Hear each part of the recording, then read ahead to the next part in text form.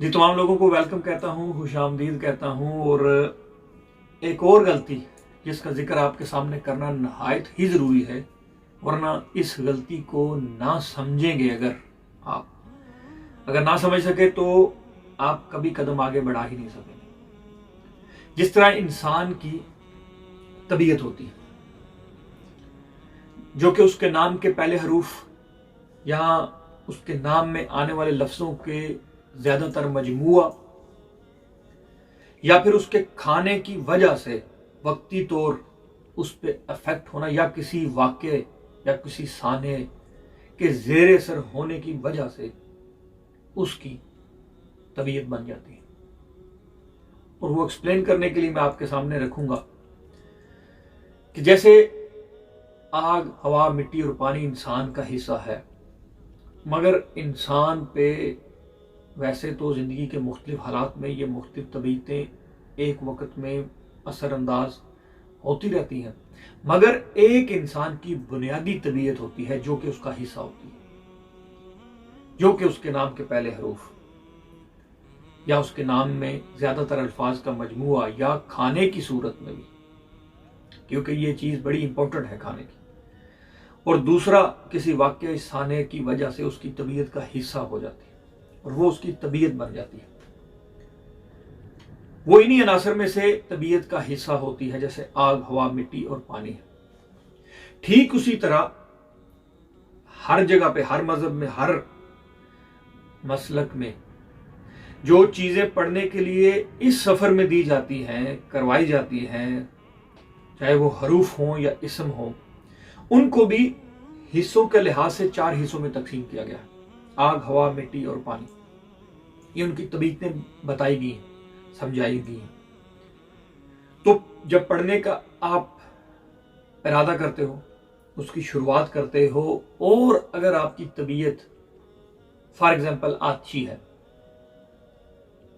और आपने पढ़ाई आबी ले ली यानी पानी, और पानी को अगर आग पे डालोगे तो क्या होगा? साफ जाहिर है आग बुझ जाएगी।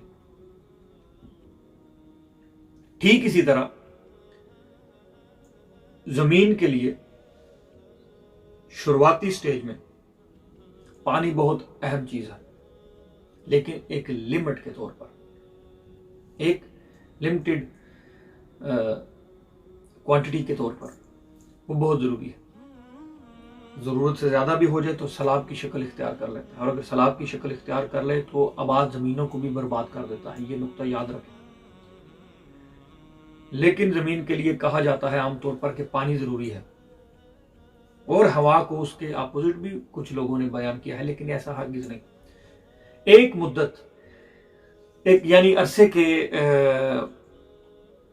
लिहाज पे अगर उसकी तकसीम की जाए तो ज़मीन को जरहेज़ बनाने के लिए, उसको उस लेवल तक लाने के लिए पानी दिया जाता है, और फिर उसमें बीज बोया जाता है।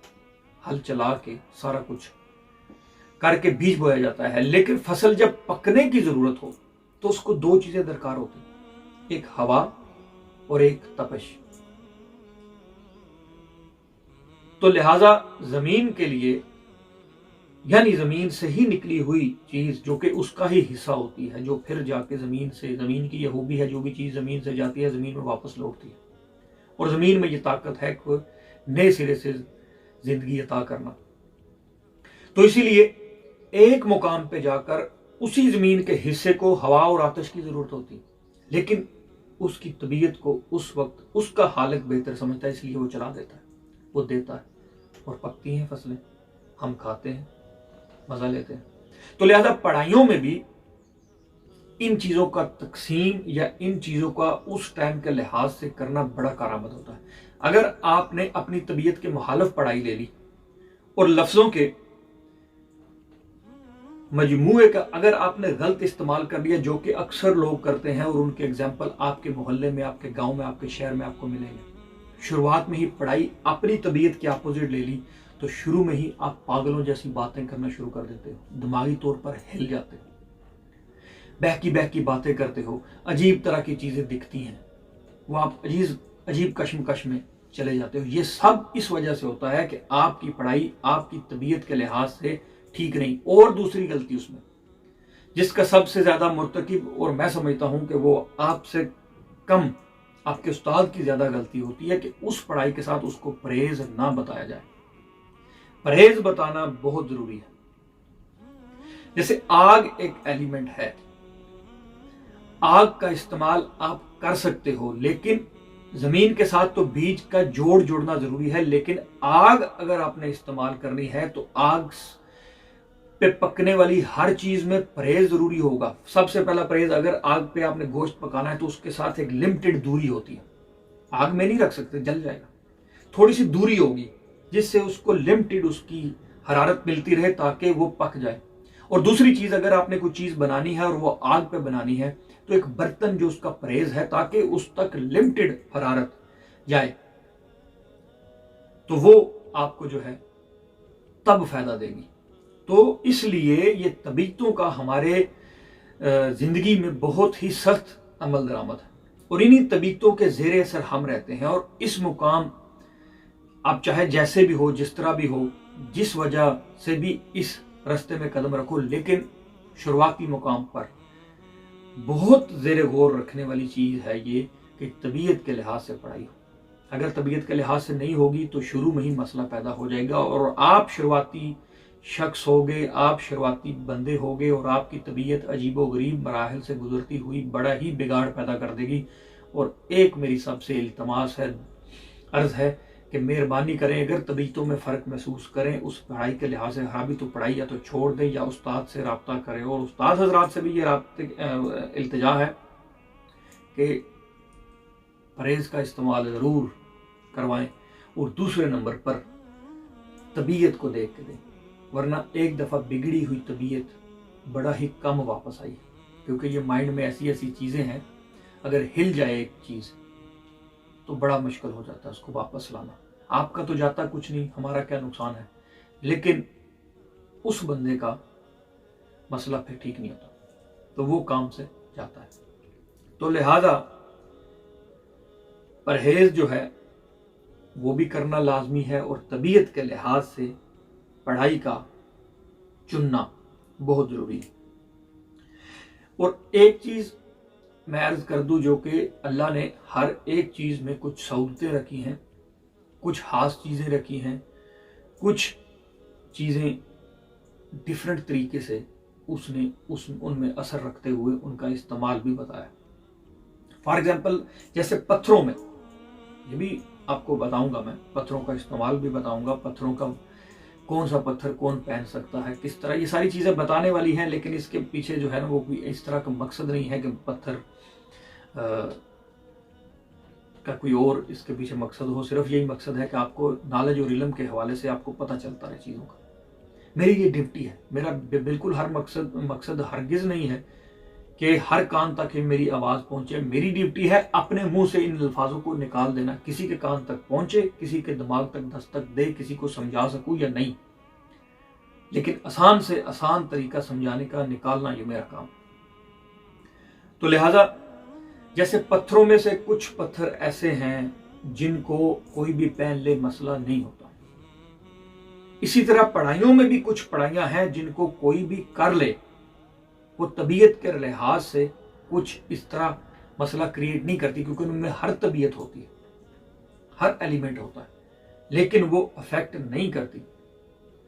इसी का इस्तेमाल जो उस्ताद हजरात हैं, जो इस सफ़र में इस मुकाम पर हैं कि कुछ जानते हैं, वो ज़्यादातर इन पढ़ाइयों का इस्तेमाल भी कर लेते हैं ताकि मसला क्रिएट ना हो और आपकी तबीयत के अपोजिट एक चीज़ ना जाए।